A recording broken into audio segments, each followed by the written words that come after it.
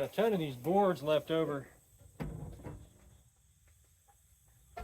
from the construction where they took out the wall. But I don't have any good place to put them. So I'm going to set them in this outbuilding for now to keep them dry.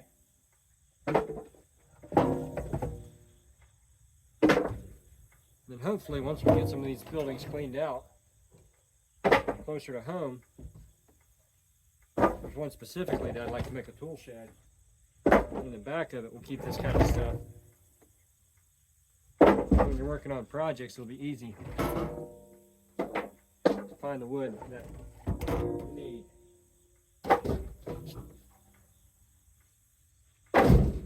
Probably should have put a pallet under all this, but I think this building stays pretty dry since it's up on this hill.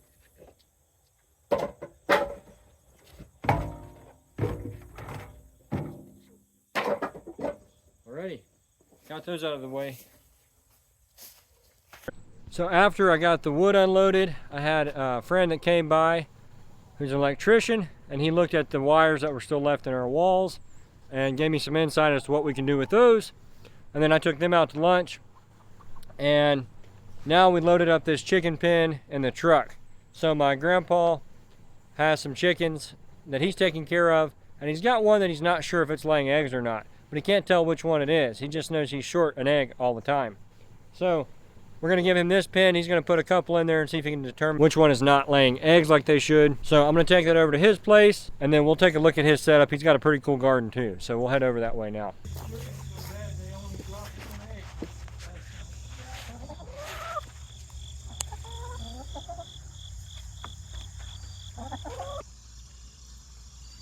I had one big limb that broke off of one of them pepper bushes last week, and I got 50 peppers off of it. It was so heavy with peppers.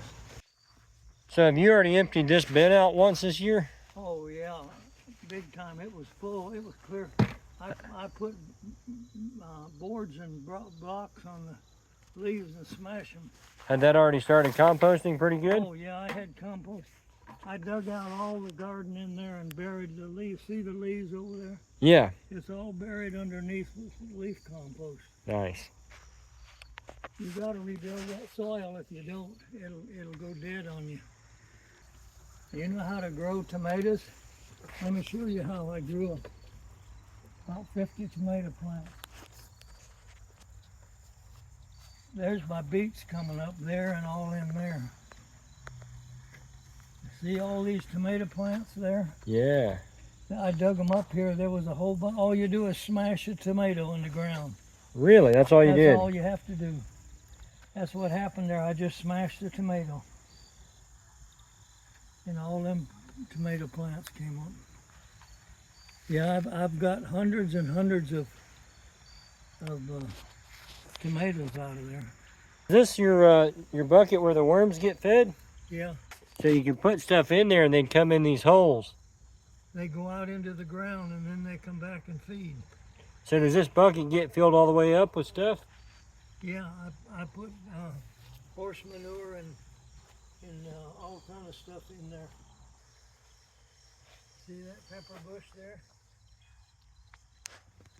I had one with 50 of these peppers on it last week. What kind of peppers are those?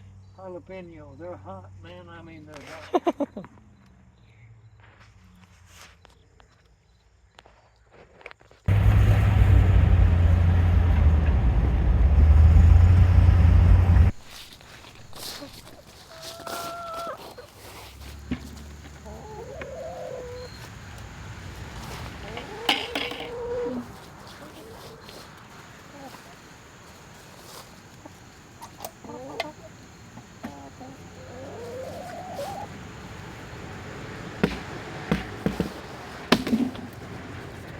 So my grandpa loves to take care of the baby chicks, and every spring he starts off with a handful of chicks, and then they go and visit family in the summertime.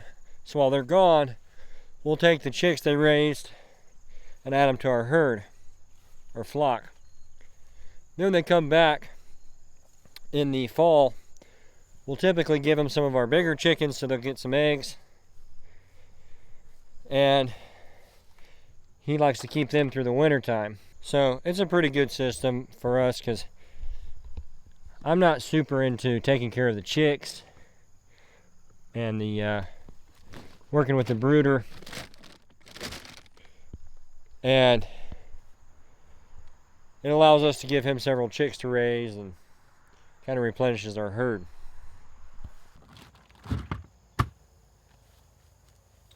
The reason we keep our chicken feed up here is that we use this greenhouse in the wintertime to keep the chickens in, and we'll add wood chips in here and put up a little pen for them to come out during the day. Otherwise they move so much that it's hard to pick a spot just to put everything. So we decided to put everything right here beside their winter house, which is just a greenhouse we got on Amazon. But it works really good on those cold nights. You can go in there, and the wood chips have a warming effect, I guess because they're in the composting stage. So kind of like a free heat situation.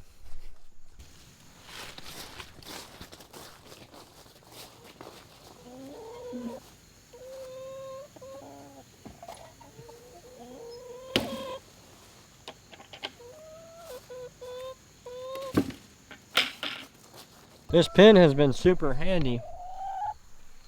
We use a gravity water system. So this bucket is full of water, and it goes into this little bell.